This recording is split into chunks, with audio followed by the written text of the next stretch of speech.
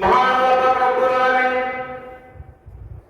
কুরআনুল কারীমের মধ্যে বলেন, ফালা তা'লামু নাফসুম মা উখফিয়া লাহুম মিন কুররাতি আয়ুনিন জাযাআন বিমা কানু ইয়ামালুন। আল্লাহ পাক বলেন, নেক আমলের বদলা হিসেবে আমার গোলামদের জন্য আমি এমন জান্নাত বানিয়ে রেখেছি, যা আমার গোলামরা তাদের নয়ন দিয়ে একবার দেখবে, আমার গোলামদের অন্তর এবং চক্ষু দুইটা শীতল হয়ে যাবে। আমি আমার নেককার গোলামদের জন্য এমন জান্নাত বানালাম, কোন চোখ তো থাকে নাই, কোন কান তা শোনে নাই, কোন মানুষের অন্তঃকরণ তা কোনদিন কল্পনায় আনতে পারে না। সুবহানাল্লাহ।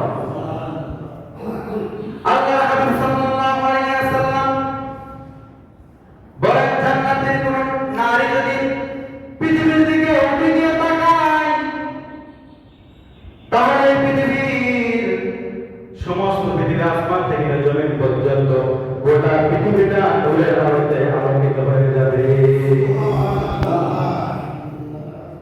এবং আসমান এবং জমিনের মধ্যবর্তী স্থানটা সুগন্ধিত পরিণত হয়ে যাবে। গোটা দুনিয়ার সম্পদ রাশির চাইতে সেই জান্নাতি নারীদের ওড়নার দাম অনেক বেশি। আল্লাহ পাক রব্বুল আলামিন জান্নাত মোট ৮টা বানিয়েছেন।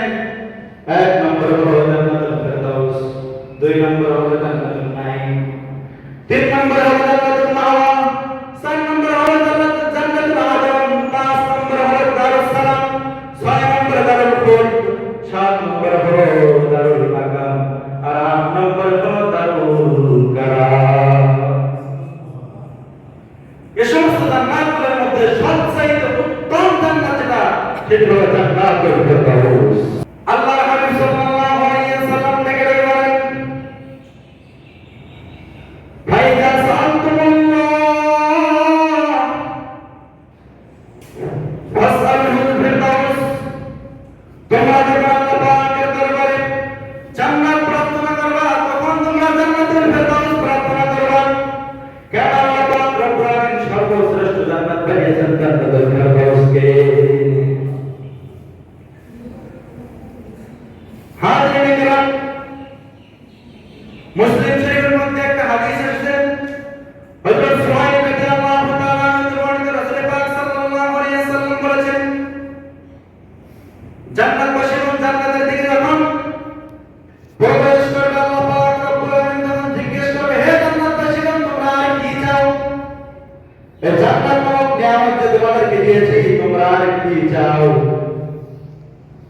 তখন জান্নাতবাসীগণ বলবে, হে আল্লাহ, আপনি কি আমাদের চক্ষু শীতল করেন নাই, চক্ষুকে উজ্জ্বল করেন নাই? আপনি কি আমাদের চেহারাকে উজ্জ্বল করেন নাই? আপনি কি আমাদেরকে জাহান্নাম থেকে মুক্তি দান করেন নাই?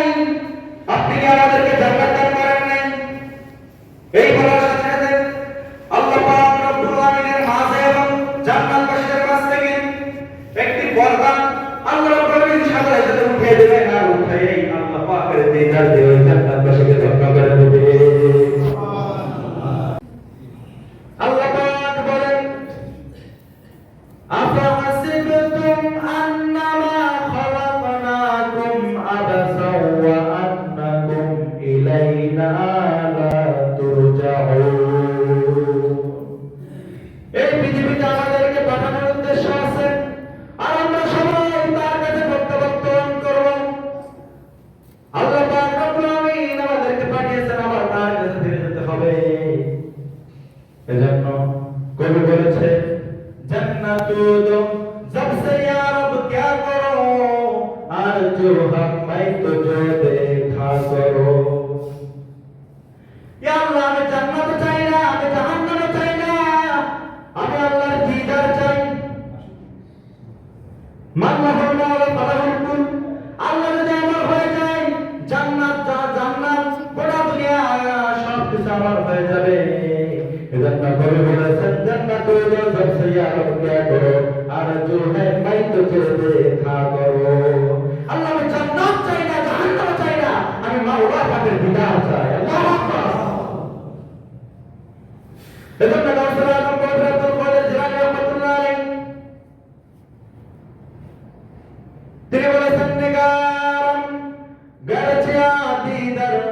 कभी नंतर जमाने दो नियाम नामद जो उम्रन गुज़श्तम तो रखया दे तो तू जन्नत अपने कादिम वमन बदरा बदवर तू जदबर कि बद बाशद मुराजा तमन्ना मिसाले तो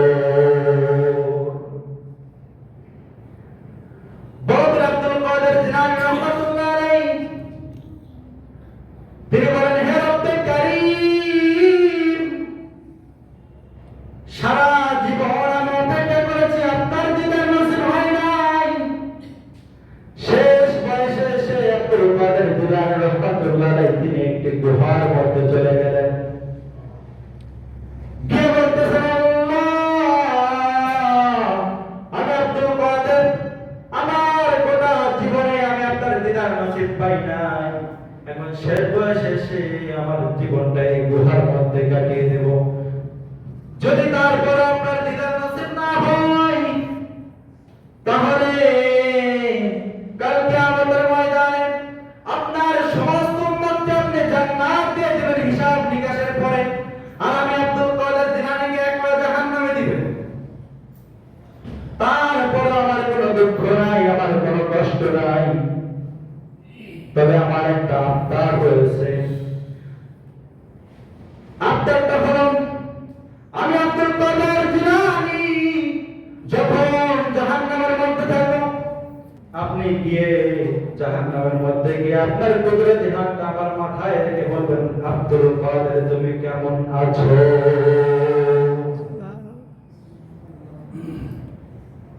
শুধু এই আবদারটা আপনার কাছে থাকবে আমার মাথায় হাতটা রেখে বলবেন আব্দুল কাদের তুমি কেমন আছো তাহলে আমার আর কোনো দুঃখ কষ্ট থাকবে না আল্লাহ যদি জাহান্নামে গিয়ে বান্দার খবর নেওয়া লাগে আল্লাহ কি জান্নাত কম পড়েছে আল্লাহ কি জান্নাত কম পড়েছে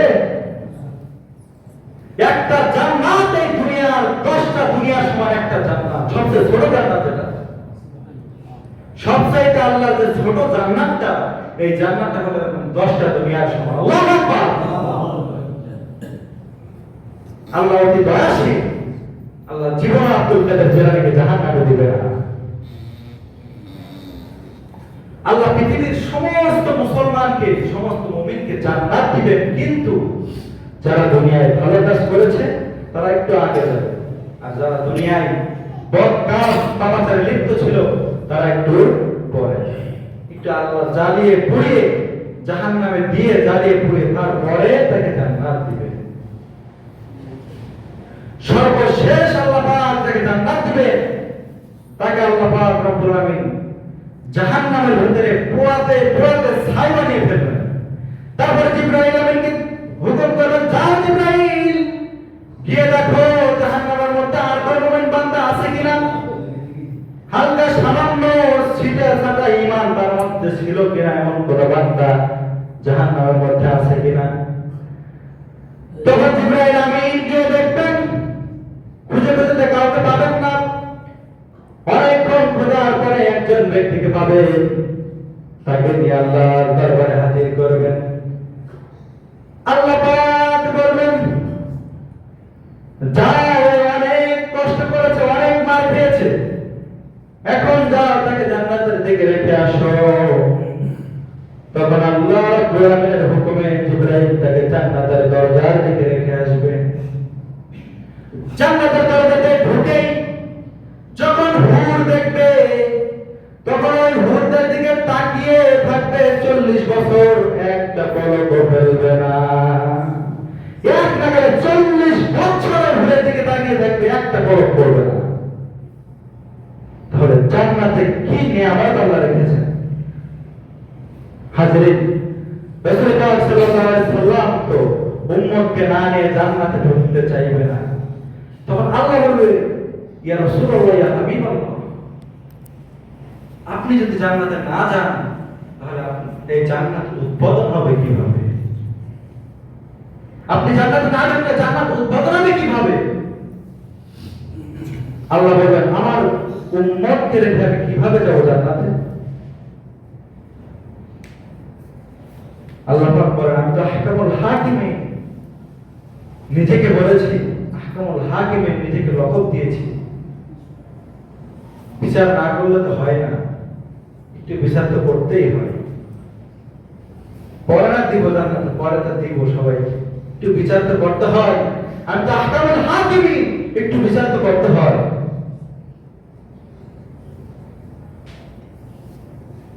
সম্মানিত হাজির, তখন আল্লাহ বলবেন ওয়ালা সাউফা ইউতিকা রাব্বুকা ফাতারদা। আর কারো ব্যাপারে তো বলি নাই